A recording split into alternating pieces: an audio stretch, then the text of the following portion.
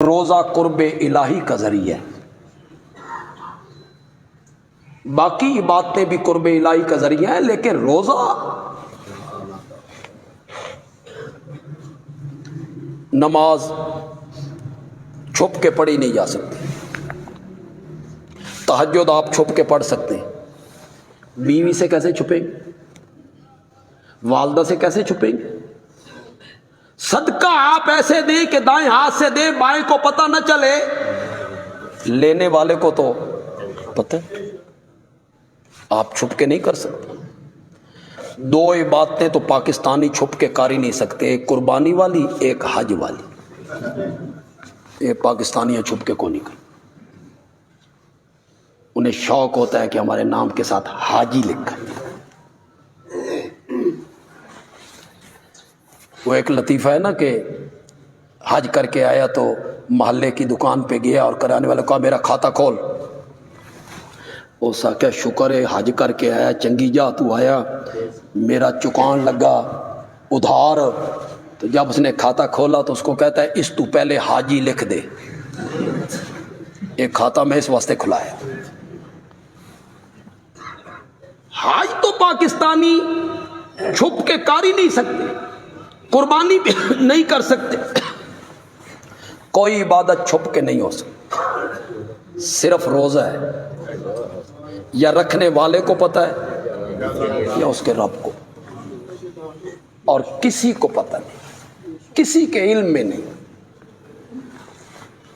آپ نے فرمایا فی لیلۃ خیر من الف شہر، اس میں ایک رات ہے جو 1000 مہینوں سے بہتر ہے۔ یہ تو بتایا کہ وہ رات رمضان میں، یہ نہیں بتایا کہ کون سی رات۔ 27 کا جو قول کیا جاتا ہے کوئی اس میں پختہ بات نہیں۔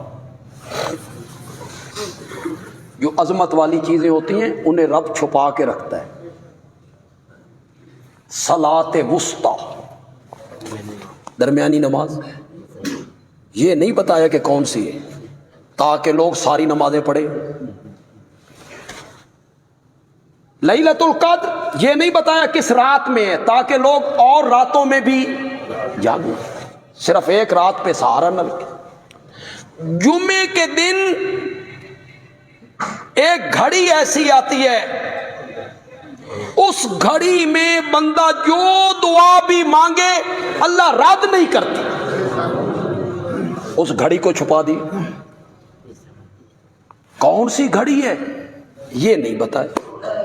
علماء نے اس میں کہا کہ عربی خطبہ پڑھنے کے لیے جب خطیب منبر پہ آئے وہ گھڑی، نماز کا سلام پھیرے وہ گھڑی ہے، لیکن سب سے مستند بات یہ ہے کہ امام جب دو خطبوں کے درمیان بیٹھتا ہے قبولیت دعا کی وہی گھڑی، لیکن سننے والوں نے زبان سے نہیں مانگی، دعا دل میں مانگی، زبان سے نہیں مانگی۔ جو حاجت ہے اپنے دل میں اپنے اللہ کے حضور پیش کرنی ہے، اور وہ دلوں کے راز بہتر جانتا ہے۔ میرے آقا نے خطبہ دیتے ہوئے فرمایا کہ یہ غمخواری کا مہینہ ہے، ہمدردی کا کس کا مہینہ ہے؟ ہمدردی کا مہینہ ہے۔ ہمدردی کے مہینے کا مطلب یہ ہے کہ جو چیز پہلے 200 روپے کلو میں بیچتے تھے وہ 800 روپے کلو کر دو، یہ ہمدردی ہے عوام سے۔ میرے آقا نے فرمایا یہ کس کا مہینہ ہے؟ ہمدردیاں کرنے کا مہینہ ہے۔ وہ جو گھروں میں افطاری کے ٹائم 6 ڈشیں پکاتے ہو، اس میں ان غریبوں کا بھی تھوڑا سا خیال کر لو جن کے گھروں میں کچھ نہیں پکتا، وہ شاید پیاز سے کھا لیتے ہوں، چٹنی سے کھا لیتے ہوں، ہونٹے آلو بھی پکا کے نہیں کھاتے جا سکتے۔ غریب آدمی تو دال بھی پکا کے نہیں کھا سکتا، پتہ نہیں وہ آٹا کس طرح خریدتا ہے۔ یہ جو دہاڑی دار مزدور ہے، کبھی آپ نے اس پر توجہ کی کہ یہ آٹا اپنے بال بچوں کے لیے کیسے خریدتا ہے؟ جب اس کی دہاڑی نہیں لگتی تو یہ گھر جاتا ہوگا، اس کی بھی بیٹیاں ہوں گی، اس کے بھی بیٹے ہوں گے، وہ باپ کی راہ تکتے ہوں گے کہ بابا کوئی چیز لائے گا، اور یہ خالی ہاتھ گھر میں چلا جاتا ہے۔ تو ہمدردی کا مہینہ ہے۔ وہ جو 4 5 5 6 ڈشیں بناتے ہو، تو اس میں ان غریبوں کو بھی یاد رکھو۔ یہ گل تو چنگی نہیں لگی، بولو نا پھر کرو گے عمل کہ کو نہیں کرو گے؟ ارد گرد پڑوسیوں کا، غریبوں کا، دوستوں کا، برادری کے لوگوں کا، جن کے متعلق آپ کو پتہ ہے کہ ان کے حالات اچھے نہیں، تو آپ ان کے گھر افطاری کا سامان بھیج دیں۔ ہمدردی کا مہینہ ہے، ہمدردی کا، غمخواری کا، کہ صرف اپنے آپ کو نہیں دیکھنا کہ میرے بچوں کے لیے کیا ہے، میں نے کتنی ڈشیں افطاری میں پکانی ہے، نہیں، غریبوں کا، فقیروں کا، مسکینوں کا، برادری کے غریبوں کا، پڑوسیوں کا خیال رکھنا۔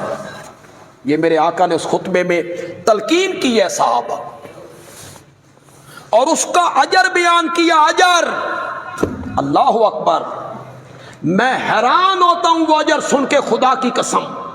وہ جو میں نے کہا تھا نا کہ اس مہینے میں اللہ بہانے ڈھونڈتا ہے، کیا ڈھونڈتا ہے؟ رحمت حق بہانہ می جوید۔ اللہ کہتی ہیں کوئی بہانہ ہاتھ آوے تے میں کلمہ پڑھن والے نو بخش دے ماں، کوئی بہانہ ملے، بہانہ، ورنہ یہ بھی کوئی کام ہے یار، بندہ حیران ہو جاتا ہے۔ میرے آقا نے فرمایا جس نے کسی روزے دار کا روزہ افطار کروایا، یہاں غریب کا لفظ بھی نہیں کہا، مسکین، غریب، فقیر، نہ، جس نے کسی روزے دار کا روزہ افطار کروایا، یہ روزہ افطار کروانا اس کے گناہوں کا کفارہ بن گیا۔ وَعِتْقٌ مِّنَ النَّارِ، اللہ اکبر، اس روزہ افطار کروانے کی وجہ سے اللہ نے اس کو جہنم سے آزادی لکھ دی۔ اور اگلی بات بھی سنو، جتنا ثواب روزہ رکھنے والے کو ملتا ہے نا، اس کے ثواب میں اللہ کوئی کمی نہیں کرتا، افطار کروانے والے کو بھی اللہ اتنا ہی ثواب دے دیتا۔ صحابہ نے کہا یا رسول اللہ، ہم میں سے ہر بندہ تو اس کی طاقت نہیں رکھتا کہ انتظام کرے کھانے کا، پینے کا، معقولات، مشروبات۔ تو آپ نے فرمایا چاہے کھجور کا ایک دانہ، لسی کا ایک گھونٹ، اس کے آگے تو حد کر دی میرے نبی نے، پانی کا ایک گھونٹ۔ بندہ گزر کے جا رہا ہے آپ کی دکان کے آگے سے، روزے کا وقت ہو گیا، بالکل روزہ کھل گیا، وہ جا رہا ہے، آپ اس کو بلاتے ہیں، آپ اسے پانی پیش کر دیتے، کھجور کا ایک دانہ اسے دے دیتے ہیں، وہ روزہ افطار کر لے۔ فرمایا کھجور کا ایک دانہ، پانی کا ایک گھونٹ، لسی کا ایک گھونٹ، جس نے اس کے ذریعے افطار کروایا، اس کو 3 اللہ تعالیٰ رحمتیں اس پہ کرتے ہیں، گناہ معاف کرتے ہیں، جہنم سے آزادی لکھ دیتے ہیں، اور جتنے روزے دار کو ثواب ملتا ہے روزہ کھلوانے والے کو بھی اللہ اتنا ہی ثواب ادا۔ بہانہ ڈھونڈ رہے ہیں اللہ تعالیٰ، بہانہ ڈھونڈ رہے ہیں۔ میں نے پچھلے جمعے بھی آپ سے کہا روزہ افطار کروائیے ان لوگوں کا جو روزے دار ہوں، ان کا روزہ افطار کروائیے، ورنہ یہ جو مروجہ افطار پارٹیاں ہیں یہ سیاسی جماعتوں کی افطار پارٹیاں، برادری کی افطار پارٹیاں، جماعتوں کی افطار پارٹیاں، ان میں کتنے روزے دار ہوتے ہیں؟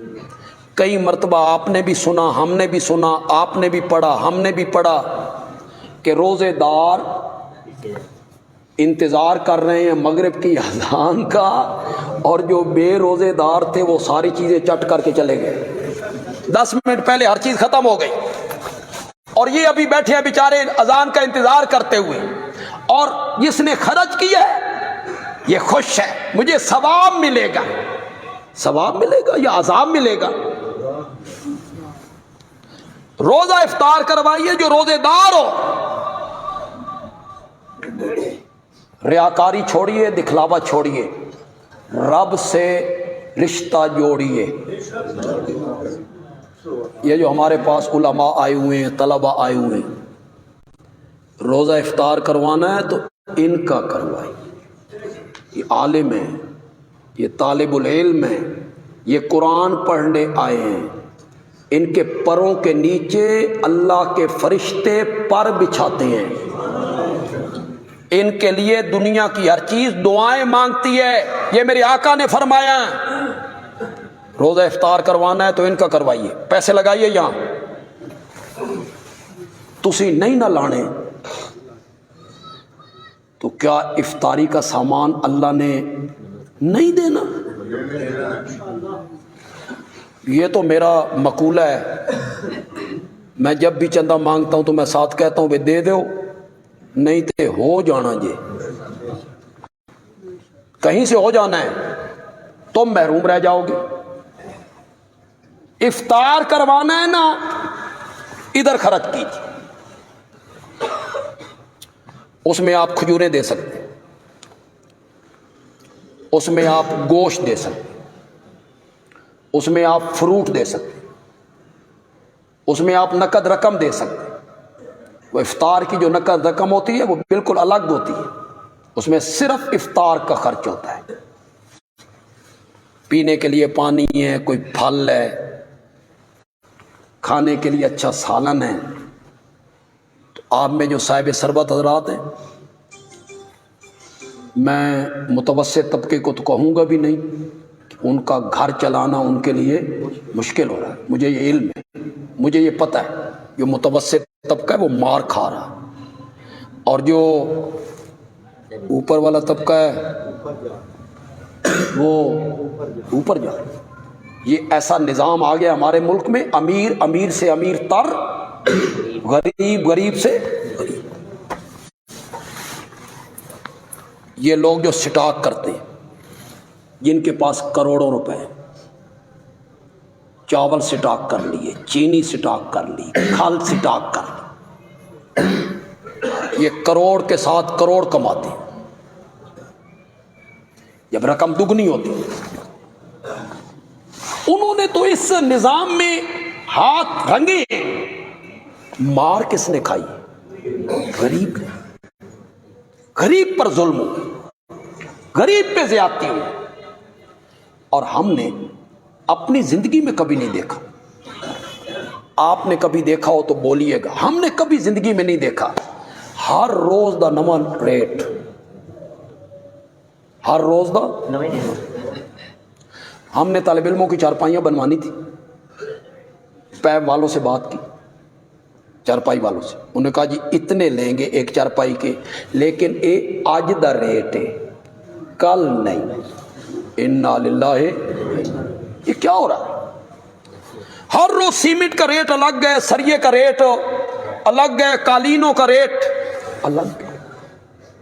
کیسا ملک ہے، کیسا قانون ہے؟ کوئی عبرت حاصل کرو دوسرے ملکوں سے، بنگلہ دیش کو دیکھو، ہندوستان کو دیکھو، جاؤ ان کی معیشت کو دیکھو، پھر اپنی معیشت کو دیکھو۔ جو ریٹ مرضی لگا لے، میں متوسط طبقہ سے کچھ نہیں کہوں، میں ان سے اتنا کہوں گا کہ تم حصہ ڈالو، چاہے 20 روپے ڈالو، حصہ ڈالو، چاہے 100 روپے ڈالو، اس میں بالکل شرم نہ کرو۔ 1 کروڑ پتی آدمی اگر 20,000 ڈالتا ہے نا اور ایک 600-700 کا مزدور 10 روپے ڈالتا ہے نا، خدا گواہ ہے رب کی نگاہوں میں دونوں برابر، ثواب کے اعتبار سے دونوں برابر۔ اس نے اپنی حیثیت سے دی۔ متوسط طبقے سے میں کہوں گا آپ اپنی طاقت کے مطابق دیں، اور جو اللہ نے جنہیں دیا ہے اور چھپر پھاڑ کے دیا ہے وہ تو اپنے ذمہ افطاری لیں۔ ایک دن کی افطاری ہم دیں گے، 2 دنوں کی افطاری ہم دیں گے۔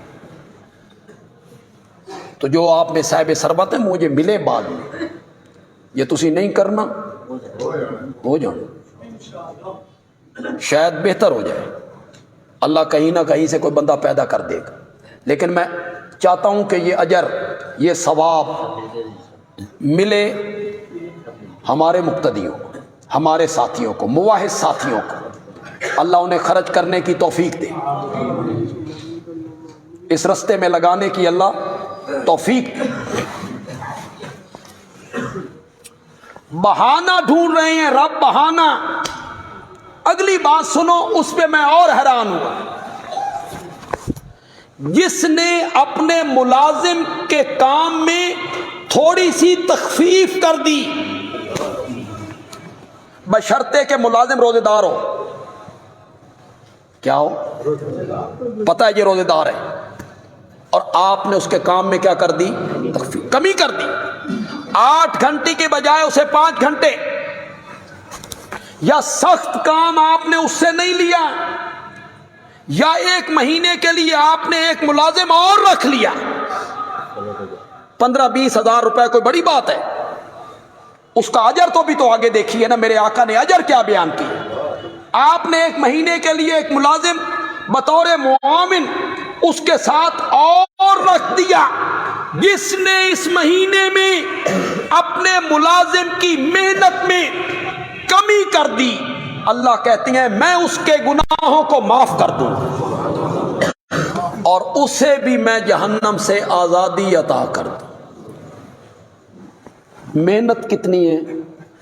اتنی سی، اجر کتنا ہے؟ اللہ ہوا، اپنی کوشش دیکھیے، اتنی سی۔ بندہ اس رمضان کے مہینے میں اگر ملازم روزے دار ہے، اس کے کام میں تھوڑا سا تخفیف کرتا ہے، بندہ 1 مہینے کے لیے اپنے بیٹے سے کہتا ہے بھی 2-3 گھنٹے کے لیے تم آ جایا کرو بھائی، ہاتھ بٹا دو تھوڑا سا، اللہ خیر سے اس کے کام میں تھوڑی سی کمی کر دی جائے، تو میرے آقا نے اس پر بھی اجر کا وعدہ کر دیا۔ آخر میں میرے نبی نے کہا ایک ایسا مہینہ تم پہ آنے والا ہے، اولہ رحمۃ واوسطہ مغفرہ وآخرہ عتق من النار، او کما قال النبی صلی اللہ علیہ وسلم۔ ایک ایسا مہینہ تم پہ آنے والا ہے جس کا پہلا عشرہ رحمت ہی رحمت ہے، وَأَوْسَطُهُ، اور جس کا درمیانی عشرہ بخشش ہی بخشش ہے،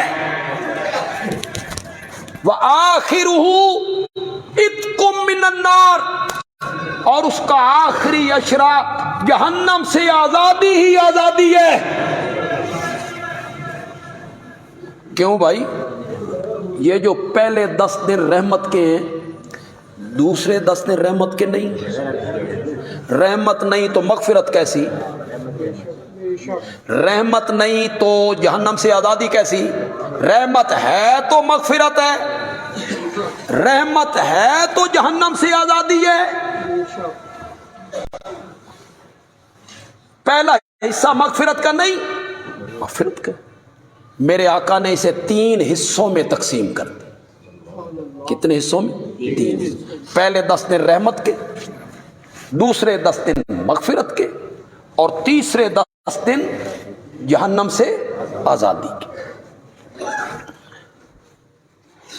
آپ کے تجربے میں، ہمارے تجربے میں بھی ذہنی لحاظ سے بندے تین قسم کے ہوتے ہیں. ذہانت. کچھ ہوتے ہیں ذکی، جسے آپ کہتے ہیں ذہین. ذکی فوراً بات کو کیچ کر لیں، سمجھ لیں. یہاں جو ٹیچر حضرات بیٹھے وہ اچھی طرح جانتے ہیں. جو بچے ذہین ہوتے ہیں، ذکی ہوتے ہیں، ادھر ٹیچر نے بات کی اور نہ کہ ہم سمجھا، ہم نے یہ مضمون سمجھا، ہمیں سمجھا. اور اسی کلاس میں کچھ بچے ایسے ہوتے ہیں جو کہتے ہیں سن سمجھ نہیں ہے. اسے آپ کہتے ہیں متوسط درجے کے، درمیانے درجے کے طالب علم، نہ ذہین نہ کند ذہن. وہ کہتے ہیں ہمیں سمجھ نہیں. ٹیچر اسے دوبارہ دہراتا ہے، تھوڑا سا آسان کرتا ہے اور آسان کرتا ہے، تفصیل کرتا ہے، دوبارہ سمجھاتا ہے. وہ کہتے ہیں ثانوی سمجھو. کچھ ہوتے ہیں غبی، عربی میں ہم کہتے ہیں غبی، آپ کہتے ہیں کند ذہن. اے نری قد دے، اے نری قد دے. وہ کہتے ہیں سانتے دوئی میری بھی سمجھ نہیں. ٹیچر پھر کوشش کرتے، معلم پھر کوشش کرتے، اسے اور آسان کرتا ہے، آسان کر کے نہ اسے سمجھاتا ہے. تو تیسری مرتبہ سمجھانے سے وہ جو غبی ہیں، کنزین ہیں، وہ کہتے ہیں ثانوی سمجھ آ گئی. عملی لحاظ سے بھی بندے تین قسم کے، عمل کے لحاظ سے بھی بندے تین قسم کے. کوئی بہت اچھے عمل والے، نیک، صالح، برائیوں سے دور رہنے والے، تقوی اختیار کرنے والے. میرے آقا کہنا چاہتی ہیں انہاں دا کام پہلے دا دہاڑے ہو گیا. اچھے لوگ تھے. کچھ تھے درمیانے، نیکیاں بھی برائیاں بھی، ان کا کام درمیانی اشرے میں ہو. کچھ تھے ان کے ذمے گناہ بڑے تھے، نیکیاں بہت کم تھیں. میرے آقا نے فرمایا تیسرے اشرے انہاں دا کام بھی ہو. پہلا حصہ اس کا رحمت کا ہے، دوسرا حصہ مغفرت کا ہے، اور تیسرا حصہ اتق من النار. رب بہانے ڈھونڈتا ہے. اسی لیے غالباً میرے آقا نے فرمایا برباد ہو گیا وہ آدمی، ہلاک ہو گیا وہ آدمی جس نے رمضان کا مہینہ پایا اور اپنی بخشش نہ کروا سکا. جبکہ اللہ وہاں قدم قدم پہ اعلان کر رہے ہیں آ میں تجھے معاف کروں، آ میں تجھے معاف کروں.